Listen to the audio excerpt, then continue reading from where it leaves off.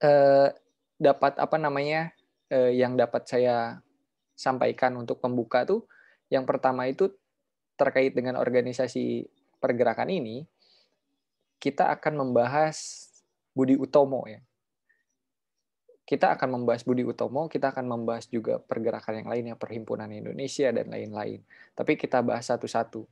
Kenapa Budi Utomo gitu kan pertanyaannya? Ya karena yang pertama mendirikan organisasi yang dikenal oleh beberapa teman-teman akademisi sejarah dan juga para penulis, itu disebutkan bahwa Budi Utomo lah yang menjadi pelopor organisasi pergerakan di Indonesia. Pelopor yang menjadi apa ya namanya? Menjadi virus gitu ya, menjadi virus baik kepada kelompok-kelompok yang lainnya yang akhirnya nanti akan timbul kelompok-kelompok pergerakan baru. Nah, di sini saya akan membagikan apa ya? Tapi mohon maaf sebelumnya ya, saya juga nggak tahu ini kenapa lagi dengan apa namanya ini laptop, jadi nggak bisa lagi share besar ya, entah kenapa. Nah mungkin teman-teman bisa terlihat ya terkait apa namanya untuk ini. Nah jadi kita bahas terkait dengan Budi Utomo. Budi Utomo itu kan berdiri pada tanggal 20 Mei 1908.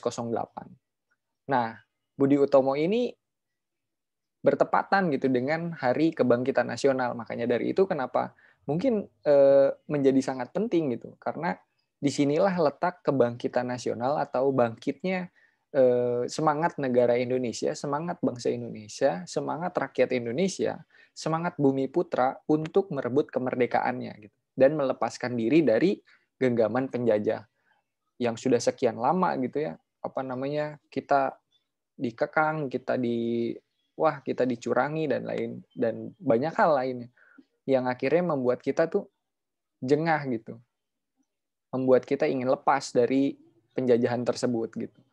Nah, lahirlah Budi Utomo ini dengan didirikan oleh siapa? Dengan didirikan oleh mahasiswa ternyata. Mahasiswa Stovia.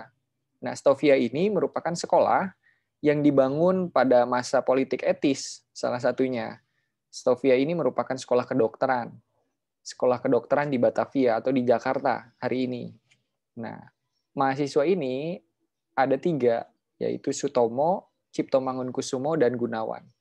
Tapi bukan mereka yang menjadi sorotan seharusnya atau menjadi apa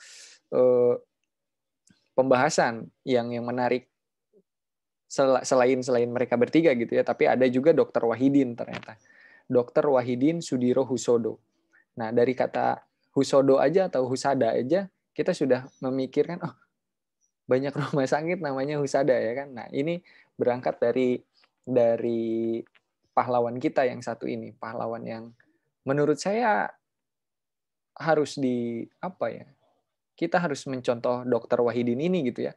Dr. Wahidin ini merupakan seorang priai atau seorang bangsawan atau seorang yang memiliki apa namanya kasta tinggi ya pada saat era kolonial ini, tapi dia memiliki jiwa yang apa? Jiwa yang sangat merakyat gitu, jiwa yang sangat humble gitu kepada semua orang. Itu Dr. Wahidin. Nah, Dr. Wahidin inilah yang menjadi apa ya? Influencer, yang menjadi influencer kepada Sutomo, Cipto Mangunkusumo dan Gunawan. Nah, kepada 3 orang inilah Dr. Wahidin ini apa ya namanya menjadikan mereka tuh sebagai apa ya, Sutomo, Cipto Mangunkusumo dan Gunawan ini memberikan apa? Memberikan pengaruh gitu, memberikan pengaruh semangat tambahan kepada Dr. Wahidin setelah Dr. Wahidin memberikan apa ya istilahnya tujuannya gitu, tujuannya dia datang, tujuannya dia hidup, tujuannya dia belajar itu di-sharing kepada 3 orang ini. Sebenarnya tidak hanya kepada 3 orang ya, kepada puluhan orang. Namun 3 orang yang berani inilah yang akhirnya membentuk dan menggedor kelompok bernama Budi Utomo. Nah, tujuan Budi Utomo itu didirikan oleh tiga orang ini dengan satu pembina lah istilahnya, dibilang pembina. Satu pembina ini tujuannya itu sederhana saja sebenarnya. Yang pertama itu ingin memajukan pengajaran. Yang kedua itu memajukan pertanian, peternakan dan perdagangan, lalu memajukan teknik dan industri, dan yang keempat menghidupkan kembali kebudayaan. Nah, ini yang ingin saya bahas sedikit gitu ya di sini. Bagaimana tujuan Budi Utomo itu sangat mulia sekali gitu. Pada era itu ya, kalau misalkan hari ini kan dilihat memajukan pengajaran gitu. Memajukan pengajaran kan udah dinas pendidikan gitu. Memajukan pertanian, peternakan dan perdagangan. Oh, kan udah ada ekraf gitu atau ada apa gitu. Terus memajukan teknik dan industri. Oh, kan udah ada dinas perindustrian, Kementerian Perindustrian, menghidupkan kembali kebudayaan. Oh, ada pendidikan dan kebudayaan. Nah, berbeda dengan hari ini, masa lalu pada saat era penjajahan ini merupakan gagasan yang sangat luar biasa dan tidak mudah. Tidak juga murah gitu. Sudah tidak mudah, tidak murah lagi. Kenapa tidak mudah dan tidak murah? Karena pada saat itu kita sebagai rakyat Indonesia atau mungkin kita bisa bilang bumi putra ya, sebagai pribumi, itu sama sekali tidak memiliki kendali penuh terhadap situasi dan keadaan pada saat itu. Contohnya, ketika kita ingin memajukan pengajaran, hal yang akan kita bangun tentunya kan pasti sekolah, atau kelompok belajar, atau kita ingin datang dari satu desa ke desa lain untuk memberikan ilmu gitu, memberikan keilmuan. Itu hari ini bisa terjadi saja gitu. Hari ini kita berkumpul, setelah kita berkumpul lalu kita membuat planning gitu ya.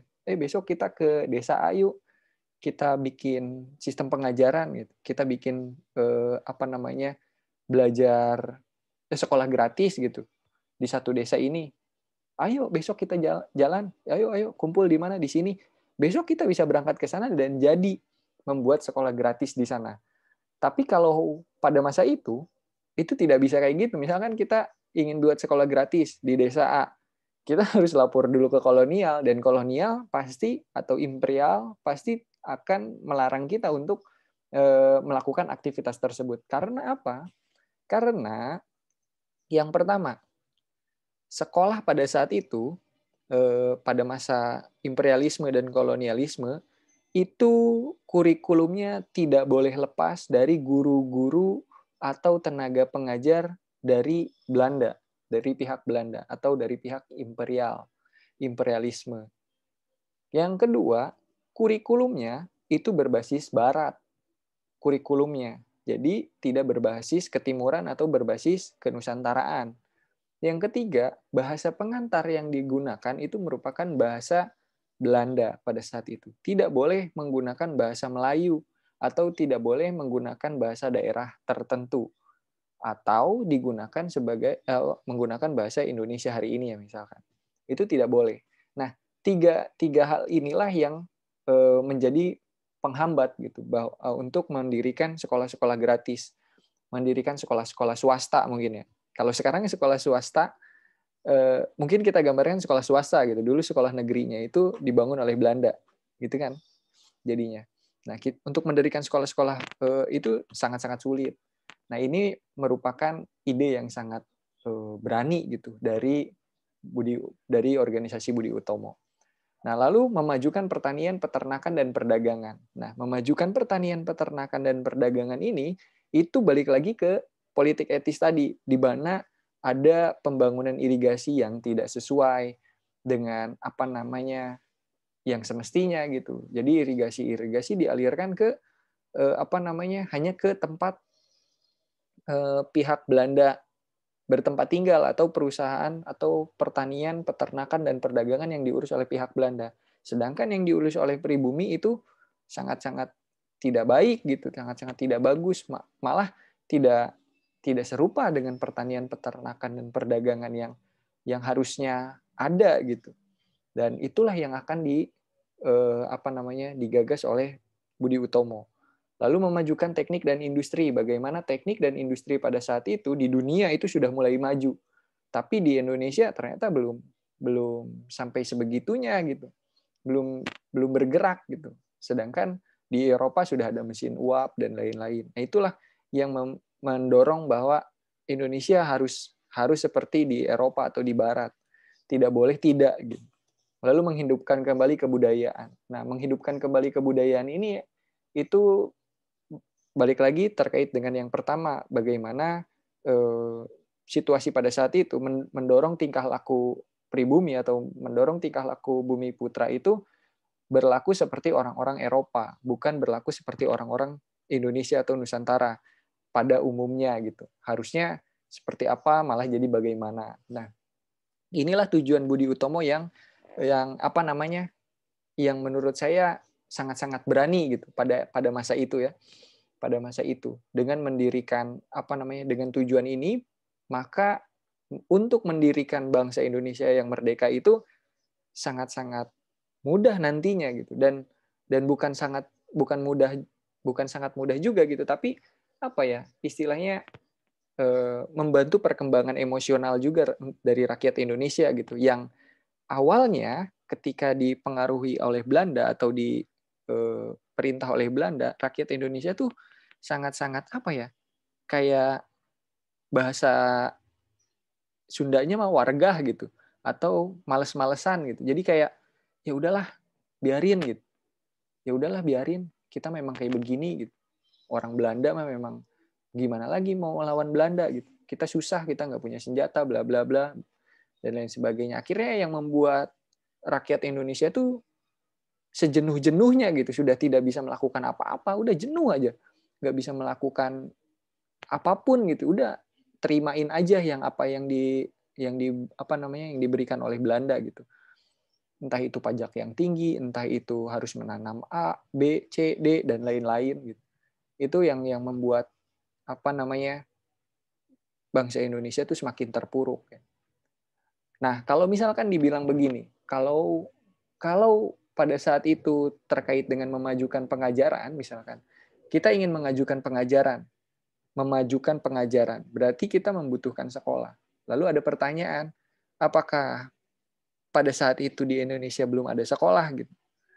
Nah, yang saya bilang pada pertemuan sebelumnya bahwa kalau kita berbicara sejarah, maka kita juga harus berbicara masa-masa sebelumnya kan. Nah, di pertemuan sebelumnya juga membahas pada saat masa klasik atau masa Hindu-Buddha juga kan dibahas bagaimana sekolah juga sudah ada di Nusantara ya. Sekolah itu sudah ada di Nusantara tapi berbasis atau berlatar belakang agama. Pada masa Hindu-Buddha masuk ke Indonesia pada saat itu, sekolah sudah berdiri tapi hanya untuk orang-orang yang ingin belajar agama.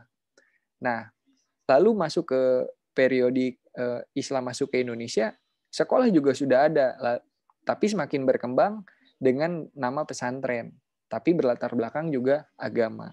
Nah, lalu setelah itu Portugis masuk, sekolah juga ada, tapi juga berlatar belakang agama. Ketika apa namanya Portugis masuk itu sekolah-sekolah agama dibangun di Maluku, di apa namanya Nusa Tenggara, itu juga dibangun untuk menopang apa namanya pendidikan agama pada saat itu. Nah, sekolah-sekolah itu juga sudah ada di Indonesia dan orang Indonesia juga sudah paham terkait dengan sekolah, sistem sekolah, tapi berlatar belakang keagamaan gitu. Bagaimana sekolah ini ternyata untuk apa namanya agar kita tahu terkait dengan kerohanian gitu, keagamaan dan lain-lain. Itu sudah apa namanya sudah terbiasa di Indonesia pada saat itu. Nah, lalu masuk ke era Hindia Belanda pada saat itu, ketika Belanda masuk ke Indonesia, sekolah juga sudah ada pada saat itu. Bahkan ingin dibuat sekolah umum itu sudah ada di masa Gubernur Dendles pada saat itu. Walaupun itu tidak apa ya namanya tidak tercapai gitu keinginan Dendles untuk mendirikan sekolah-sekolah di Pulau Jawa. Dia keburu apa namanya dibuang pada saat itu atau diungsikan ke tempat lain oleh apa namanya pihak kolonial atau pihak imperial ya pada saat itu. Lalu barulah masuk pada saat ini politik etis terkait dengan sekolah-sekolah. Bagaimana orang Indonesia harus mengetahui terkait dengan pengetahuan. Di mana tempatnya di ruang-ruang kelas atau di sekolah ini. Nah, makanya untuk sistem pengajaran sebenarnya sudah biasa di Indonesia. Jadi bukannya seperti membangun sekolah yuk di tempat A, B, C, D. Enggak, sebenarnya rakyat Indonesia udah tahu gitu bahwa sekolah itu untuk apa. Sekolah itu bentuknya seperti apa. Ada guru, ada, dan lain-lain. Cuma ada perbedaan di Nusantara sendiri. Di salah satu buku itu menjelaskan terkait dengan bagaimana sistem pendidikan pada saat itu berubah gitu dari satu ke satunya lagi, dari periode satu ke periode yang baru gitu. Bagaimana dulu sekolah-sekolah itu guru itu tidak menjumpai muridnya, tapi murid menjumpai gurunya. Bagaimana sistem pendidikan itu memaksa murid untuk mencari gurunya. Nah, setelah itu berganti bahwa ke era selanjutnya, yaitu guru yang mendatangi gurunya, mendatangi muridnya gitu. Di era selanjutnya itu guru yang mendatangi muridnya gitu. Nah, lalu di era selanjutnya dikenallah dengan sekolah kolonial itu. Kalau di Nusantara dulu seperti itu. Nah, yang tadi dibilang kan bahwa Budi Utomo ini tidak bisa dilepaskan dari Dr. Wahidin ya. Nah, Dr. Wahidin ini merupakan sosok yang menurut saya salah orang Indonesia kalau nggak tahu Dr. Wahidin gitu. Dr. Wahidin itu merupakan dokter atau istilahnya pendamping kesehatan yang sangat mulia gitu. Walaupun di buku sejarah saya rasa jarang sekali diulas terkait dengan Dr. Wahidin ini ya. Apalagi Dr. Sutomo gitu. Rata-rata kan terkait dengan the founding father Indonesia gitu. Seperti Soekarno, Muhammad Hatta dan lain-lain. Padahal ada hal yang ada beberapa pahlawan juga yang harusnya dibahas gitu. Ya, untuk apa? Untuk kepentingan kita semua, untuk kepentingan rakyat Indonesia ya. Nah, Dr. Wahidin lahir di Sleman 7 Januari 1852. Nah, dia tuh merupakan anak bangsawan. Dr. Wahidin ini anak bangsawan dari keturunan Bugis Makassar, tapi tinggalnya di Jogja. Nah, dia merupakan keluarga dari Arjo Sudiro gitu ya. Nah, keluarga dari Arjo Sudiro ini terkenal dengan seorang ronggo atau wakil camat ya. Seorang ronggo itu wakil camat kalau nggak salah. Nah, jadi seorang bapak dari Dr. Wahidin ini itu merupakan pekerja atau petugas dari pihak kolonial Belanda ternyata. Jadi mereka ini merupakan pekerja dari pihak kolonial Belanda, keluarganya ini. Makanya keluarga dari Dr. Wahidin ini dapat bersekolah dan dapat mampu menyekolahkan dirinya sampai ke tahap dokter gitu. Karena dulu susah banget kalau mau untuk sampai tahap dokter itu susah banget gitu. Kalau misalkan sekarang kan kita bisa nyari beasiswa dan lain-lain. Kalau dulu itu susah. Kalau kita bukan bangsawan, kalau kita bukan pekerja in the land atau pekerja kolonial, pihak kolonial, kita nggak bisa sekolah itu. Kita nggak bisa mampu sekolah untuk sekolah yang bagus lah gitu. Untuk mendapatkan sekolah yang bagus kita tidak akan bisa. Nah, maka dari itu Dr. Wahidin ini sebenarnya juga intrik gitu ya, maksudnya di lain sisi dia membantu pihak kolonial, keluarganya, tapi di lain sisi Dr. Wahidin juga membantu bagaimana kolonialisme atau imperialisme ini bisa di-stop. Gitu. Nah, Dr. Wahidin ini menghabiskan waktunya atau menghabiskan sekolahnya itu di Yogyakarta sebelum masuk ke Batavia. Nah, di Batavia itu dia melanjutkan sekolah di Stovia. Nah, di Stovia inilah dia masuk ke kedokteran karena Stovia itu merupakan sekolah kedokteran ya. Nah, Wahidin ini karakteristiknya seperti apa sih? Wahidin ini terkenal dengan apa ya? Orang yang cerdas, dermawan, dapat bergaul dengan siapapun, mandiri dan berani. Hal tersebut dapat dilihat dari beberapa cerita dari Dr. Wahidin ini, bagaimana Dr. Wahidin walaupun bapaknya atau keluarganya ini merupakan petugas kolonial atau petugas yang bekerja di bawah pemerintahan Hindia Belanda, kolonialisme pada saat itu atau imperialisme pada saat itu, tapi Dr. Wahidin ini tidak sungkan untuk bergaul dengan rakyat-rakyat pribumi gitu, atau rakyat-rakyat bumi putra. Kok itu menjadi sesuatu hal yang spesial kan, pertanyaannya gitu.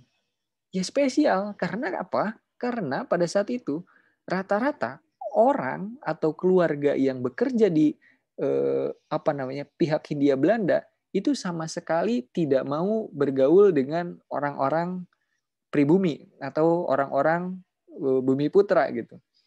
Kenapa bisa begitu? Karena mereka sudah mengkelaskan diri bahwa mereka merupakan orang Hindia Belanda gitu, atau berbeda kasta dengan orang-orang bumi putra seperti biasanya gitu. Kalau misalkan mereka melihat pedagang pasar, mereka melihat petani, mereka melihat orang-orang pelayan-pelayan di rumahnya itu sudah mengartikan bahwa mereka itu merupakan babu, mereka itu merupakan rakyat jelata gitu. Jadi etikanya kurang gitu. Walaupun mereka sama-sama orang Indonesia, sama-sama bumi putra ya pada saat itu. Nah, karena hal inilah Dr. Wahidin itu disukai oleh banyak orang gitu. Oleh siapapun dia disukai. Ketika dia datang ke pasar, dia akan disambut oleh para pedagang pasar. Ketika dia datang ke ladang, dia akan disambut oleh para petani gitu. Dan ketika dia datang ke kelompoknya, dia juga akan disambut oleh teman-temannya sendiri gitu.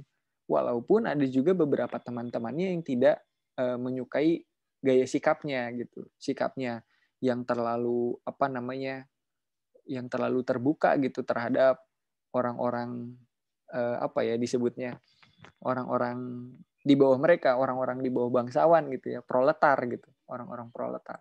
Mereka tidak menyukai itu gitu. Tapi Dr. Wahidin menganggap bahwa mereka ini tetap saudara kita, mereka ini tetap keluarga kita, mereka ini satu ini loh sama kita, satu satu keluarga gitu. Kita juga harus mengetahui bagaimana mengetahui bagaimana rasanya jadi mereka gitu. Bagaimana mereka kekurangan makan, bagaimana mereka juga terus-terus dipaksa untuk menanam benih-benih yang tidak sesuai, dibayarkan pajak dan lain-lain. Nah, itu yang dirasakan oleh Dr. Wahidin pada saat itu. Dr. Wahidin juga melihat bagaimana orang-orang pribumi ini kenapa tidak mendapatkan pendidikan yang layak gitu. Kenapa mereka ketika ingin mendaftarkan. Jadi ada beberapa rakyat di Indonesia juga pada saat itu, rakyat di bawah bangsawan pada saat itu yang ingin mendaftarkan anaknya bersekolah, itu dicek dulu latar belakang keluarganya kan. Jadi kalau misalkan dia dari keluarga petani tidak diperbolehkan pada saat itu. Apalagi merupakan keluarga yang biasa-biasa saja tidak diperbolehkan. Nah, itu menjadi pertanyaan dari Dr. Wahidin, kenapa bisa gitu? Apa alasannya gitu? Apa alasan mereka tidak bisa bersekolah? Nah, lalu kenapa dikenal berani Dr. Wahidin ini? Ya berani karena Dr. Wahidin juga memiliki konflik yang jelas gitu dengan circle atau dengan lingkaran di keluarganya sendiri. Bagaimana beberapa dari keluarganya itu juga tidak sepaham dengan Dr. Wahidin. Kenapa tidak sepaham kan pertanyaan gitu? Kenapa tidak sepaham ya? Karena ketika rakyat Indonesia, ketika subjek, ketika individu sudah termakan oleh kenyamanan dari yang diberikan oleh Hindia Belanda, maka dia tidak akan melepaskannya pada saat itu. Kalau dia melepaskannya, dia juga akan merasa takut gitu. Istilahnya gini ya, gimana ya saya menggambarkannya ya. Jadi orang-orang pada saat itu ketika dia sudah dipercaya oleh pemerintah Hindia Belanda untuk mengatur semua kebijakan yang ada, dan akhirnya dia juga menjadi salah satu salah satu kelompok dari Hindia Belanda itu sendiri, dia tidak akan melepaskannya gitu. Kenapa? Karena kalau dia melepaskannya, dia juga akan mendapatkan beberapa pressure atau akan mendapatkan hal yang tidak nyaman, hal yang tidak mengenakan yang dia lihat sendiri gitu kepada rakyat Indonesia yang tidak bekerja kepada Hindia Belanda gitu. Maka dari itu mereka tidak akan berani melepaskan itu. Kalau misalkan saya melepaskan pekerjaan itu atau melepaskan kepercayaan yang diberikan oleh Hindia Belanda, maka saya akan tahu komitmennya bahwa saya akan dihempaskan dan saya akan mendapatkan pressure yang sama dengan mereka yang saya lihat pada saat itu. Nah, itu yang menjadi konflik sendiri gitu. Antara Dr. Wahidin dengan keluarganya pada saat itu. Tapi Dr. Wahidin tidak gentar. Dia tetap bersikukuh kok. Makanya saya bilang Dr. Wahidin itu merupakan seorang yang berani. Dia tidak takut kehilangan pengaruh gitu dari keluarganya. Dia sama sekali tidak merasa takut di sana. Lalu apa saja gagasan Dr. Wahidin? Gagasan Dr. Wahidin itu tentang cara merdeka dengan rakyat yang cerdas gitu. Jadi selain ketika Dr. Wahidin ini saya anggap berani, tapi dia bukan orang yang berani dalam tanda kutip bermain otot gitu. Dia ini berani tapi bermain dengan dengan berpikir gitu. Bagaimana caranya mengalahkan pihak Hindia Belanda ya? Caranya seperti apa gitu kan menjadi pertanyaan. Ketika kita ingin merdeka, ketika kita ingin melepaskan diri dari penjajahan, maka kita akan berpikir terkait dengan bagaimana caranya melepaskan hal tersebut, ya kan? Ketika orang lain berpikir bahwa kita mengalahkan Belanda dengan cara yang sama seperti yang Belanda lakukan kepada kita dengan kekerasan dan lain sebagainya, tidak dengan Dr. Wahidin. Dr. Wahidin mengambil mengambil jawaban di belakang itu. Jawaban seperti apa? Dia bertanya, bagaimana ya kekerasan ini terjadi? Oh, kekerasan ini terjadi karena adanya perintah. Perintah ini dilakukan oleh siapa ya? Oh, perintah ini dilakukan oleh pemerintah kolonial ya pada saat itu. Pemerintah kolonial atau imperialisme pada saat itu. Lalu kenapa kolonial dan imperialisme bisa melakukan itu? Kan itu pertanyaannya. Nah, Dr. Wahidin itu menjawab, oh, karena mereka memiliki taktik dan strategi. Lalu bagaimana agar kita memiliki taktik dan strategi? Lalu dia berpikir bahwa oh, ternyata mereka kan terus membaca, mereka kan terus belajar gitu. Mereka kan terus mendapatkan pendidikan gitu. Mereka kan mendapatkan arus pendidikan yang baik dan mereka tidak mendapatkan tekanan gitu. Sehingga ketika dia tidak mendapatkan tekanan dan dia memiliki ilmu pengetahuan, dia akan dapat menyelesaikan sebuah permasalahan. Itu yang dipikirkan oleh Dr. Wahidin pada saat itu. Lalu muncullah gagasan merdeka dengan cara cerdas. Cara cerdas seperti apa? Cara cerdas memberikan pendidikan kepada rakyat Indonesia agar rakyat Indonesia dapat berpikir lebih jauh lagi, dapat berpikir lebih cerdas lagi, dapat berpikir lebih cerdik lagi untuk menghadapi rakyat Belanda. Tidak dengan kekerasan, tidak dengan ketika diperintah langsung baku hantam, tidak. Tapi Dr. Wahidin memberikan pengetahuan bahwa bagaimana rakyat ini bisa cerdas dan mengantisipasi sebelum hal-hal buruk terjadi. Buatlah rakyat menjadi cerdas. Dengan cara apa? Dengan cara membangun sekolah-sekolah, dengan cara membangun sistem pendidikan. Nah, itulah yang dilakukan oleh Dr. Wahidin pada saat itu. Nah, itu yang pertama, gagasan yang pertama. Gagasan yang kedua itu tentang dana pelajar.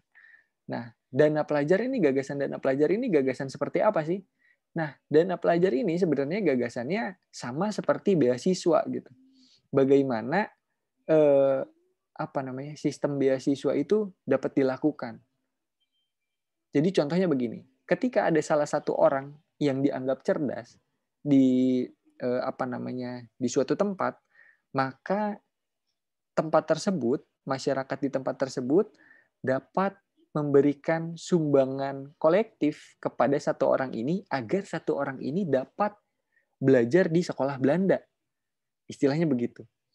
Nah, akhirnya ketika dia dapat bersekolah di sekolah Belanda, dia harus mempertanggungjawabkan ilmunya agar ilmunya dapat diambil dan diberikan kembali kepada rakyat Indonesia pada saat itu atau kepada kelompok yang ada di sana.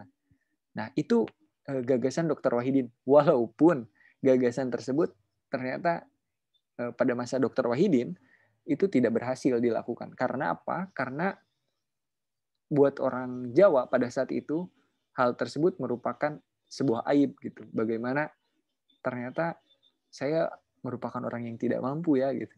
Sampai-sampai saya harus bersekolah dan dibiayai oleh orang-orang gitu. Nah, akhirnya hal tersebutlah tidak tercapai dengan baik, tidak. Walaupun nanti di tahap selanjutnya itu akan menjadi ide yang sangat brilian.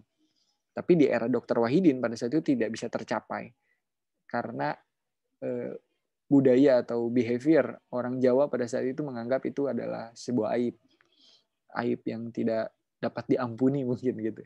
Nah, lalu yang ketiga itu memajukan pendidikan dan meningkatkan martabat bangsa. Nah, memajukan pendidikan dan meningkatkan martabat bangsa ini dengan cara apa? Dengan cara gagasan yang pertama dan dengan cara mengembalikan kebudayaan. Mengembalikan kebudayaan apa? Mengembalikan kebudayaan Indonesia. Karena pada saat itu, kalau misalkan dibilang lost identity atau kita kehilangan identitas, itu hampir kita kehilangan identitas. Kita hampir kehilangan identitas. Kalau kita tidak bisa mengantisipasinya dan kalau kita tidak merdeka, mungkin kita sudah lost identity. Itu yang terjadi pada saat itu. Nah, Dr. Wahidin ingin mengembalikan sistem tersebut, sistem kebudayaan, sistem behavior, tingkah laku tingkah laku budaya yang Indonesia banget lah. Agar apa? Agar orang Indonesia itu merasa bangga gitu dengan saya Indonesia. Nah, setelah dia memiliki rasa bangga tersebut bahwa saya adalah Indonesia dan ini adalah kebudayaan saya, ini adalah kultur saya, maka rasa ingin merdeka atau jiwa perlawanan ingin merdeka itu akan semakin meningkat gitu. Jadi tidak lesu, tidak lunglai. Karena pada saat itu rakyat-rakyat Indonesia itu sudah cenderung bodo amat deh gitu. Dijajah dah ratusan tahun gitu. Dijajah dah terus-terusan gitu. Pada saat itu sudah timbul percikan-percikan seperti itu gitu. Coba bayangkan saja kalau misalkan Indonesia tidak merdeka atau tidak ada pemuda-pemuda seperti ini gitu. Walaupun Dr. Wahidin ketika ingin bercerita itu sampai tua dia. Bayangkan saja dia lahir tahun berapa coba tadi? Dr. Wahidin 1852. Sedangkan Budi Utomo itu dibentuk pada tahun berapa? Budi Utomo itu tahun 1907. Nah, itu udah berapa tahun ya? Udah 50 tahunan kan? Udah 50 tahunan. Dan dia tetap konsisten melakukan pergerakan tersebut. Dia datang dari satu tempat ke tempat yang lainnya, satu pulau Jawa. Itu Dr. Wahidin lakukan sendirian. Pada saat itu datang ke kelompok satu, ke kelompok priai satu, ke priai lain, atau kelompok orang kaya satu ke kelompok orang kaya yang lain untuk memberikan motivasi itu. Bagaimana kita harus merdeka, lu jangan terus-terusan patuh sama pihak Belanda dong. Kalau misalkan lu patuh sama pihak Belanda, kasihan ini rakyat-rakyat yang lain, bumi putra yang lain yang tidak mampu seperti kita gitu. Dia datang loh dari satu tempat ke tempat yang lain. Satu pulau Jawa dia kunjungi. Bayangkan, pada saat itu tidak seperti sekarang, tidak ada motor, tidak ada mobil, tidak memiliki kendaraan pribadi. Pada saat itu, yang memiliki kendaraan pribadi kan pada saat itu ya orang-orang bangsawan, militer. Sedangkan orang seperti Dr. Wahidin terpaksa harus menggunakan angkutan umum yang ada pada saat itu. Nah, itulah yang dilakukan oleh Dr. Wahidin dari satu tempat ke tempat yang lainnya. Nah, setelah dia berjalan dari satu tempat ke tempat yang lainnya, dia juga tetap konsisten memberikan motivasi itu di Stovia. Bagaimana Stovia ini tetap menjadi tempat yang tempat yang khusus ya untuk Dr. Wahidin mengumandangkan semangat perjuangannya, semangat kemerdekaannya gitu. Bagaimana Dr. Wahidin ini di tempatnya dia bersekolah di Stovia, dia ingin terus menjadi influence gitu, menularkan virus kebaikan. Dia terus bercerita bagaimana kita harus merdeka dan lain-lain. Kita harus menularkan semangat pendidikan dan lain-lain itu kepada mahasiswa-mahasiswa di sana. Walaupun tidak semuanya berhasil. Karena dari puluhan tahun dia ada di sana, buktinya saja baru tahun 1907 ini dia menemukan mahasiswa-mahasiswa yang berani atau pemuda-pemuda yang berani. Nah, siapa mereka? Mereka adalah pendiri Budi Utomo, yaitu Subroto atau kita kenal sebagai Sutomo. Nah, di beberapa buku sejarah, nama Subroto ini tidak disebutkan. Yang sering disebutkan itu Sutomo. Padahal nama kecil Sutomo ini adalah Subroto. Dia lahir di Nganjuk 30 Juli 1888. Dia juga merupakan orang kaya pada saat itu, atau bangsawan pada saat itu. Atau bisa dibilang juga priai pada saat itu. Nah, semua orang yang bersekolah di Stovia, atau semua orang yang bersekolah pada saat itu di sekolah Belanda, merupakan orang-orang kaya. Itu sebagai itu harus digarisbawahi ya. Dan mereka merupakan orang-orang dari keluarga yang bekerja untuk Hindia Belanda.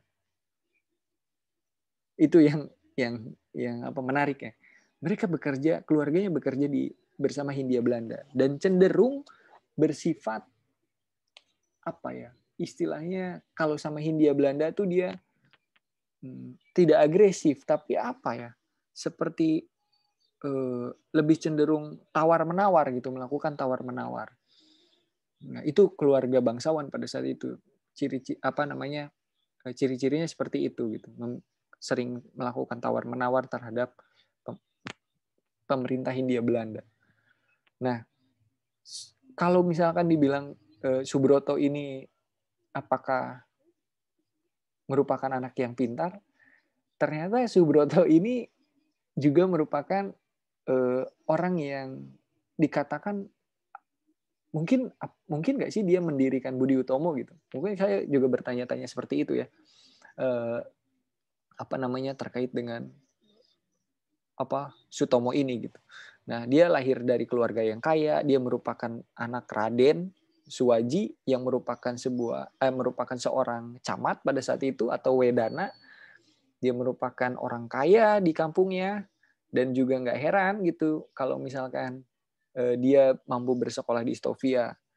Nah, Sutomo ini biasa hidup berkecukupan, Sutomo ini juga biasa hidup mewah, Sutomo ini biasa memakai pakaian bagus, Sutomo ini juga biasa makan makanan enak gitu.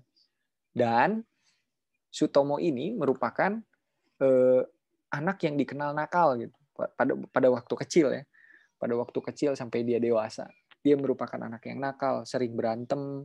Di ceritanya gitu. Dia tuh sering berantem, nakal, malas, tidak mau belajar pada saat itu. Yang akhirnya juga memaksa pamannya pada saat itu untuk melakukan tirakat gitu. Jadi disembahyangin gitu anak ini karena biar anak ini nggak bandel lagi gitu. Biar anak ini juga baik gitu, nggak sering ribut di luar, berantem dan lain-lain gitu. Karena Sutomo ini dikenal sebagai anak yang bandel gitu di satu desa itu.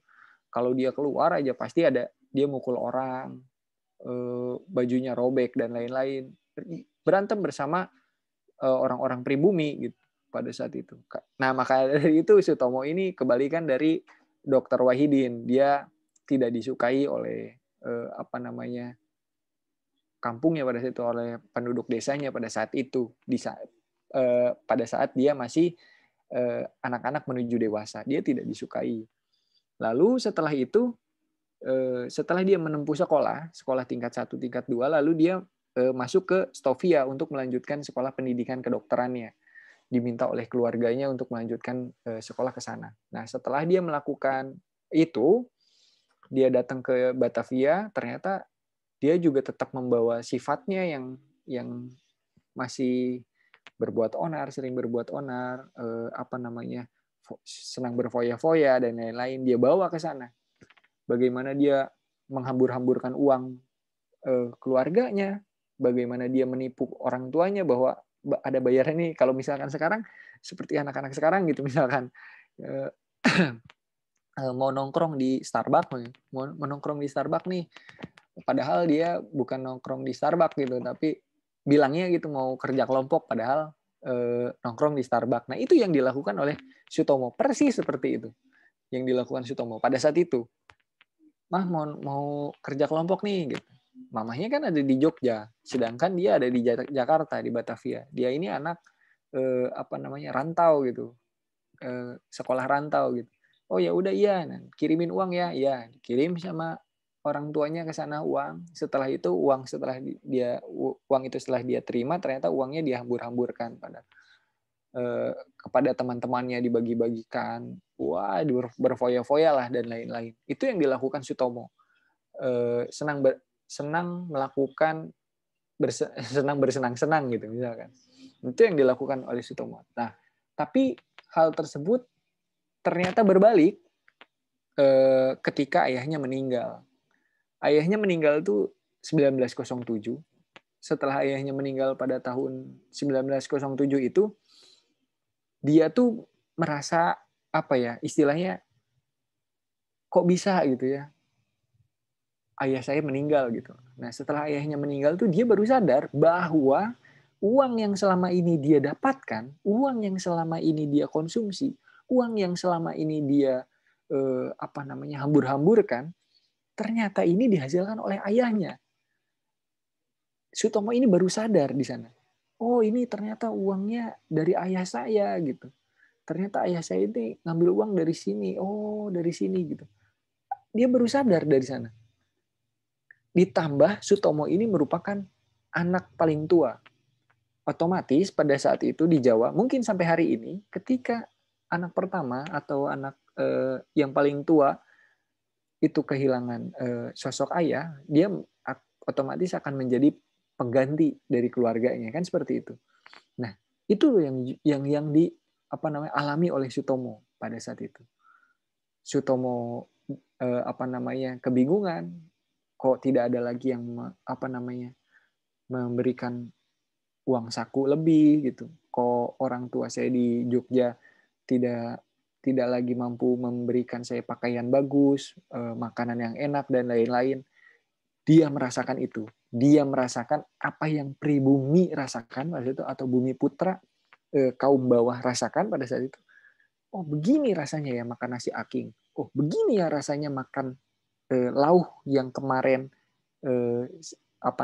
lauh kemarin gitu. Lauh yang kemarin saya makan gitu.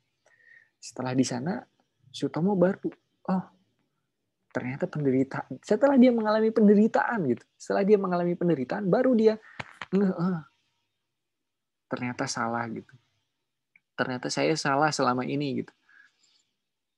Menghambur-hamburkan banyak uang dan lain-lain gitu. Lalu akhirnya dia menjauhilah teman-temannya karena teman-temannya juga sudah mulai tidak mau berteman dengan dia.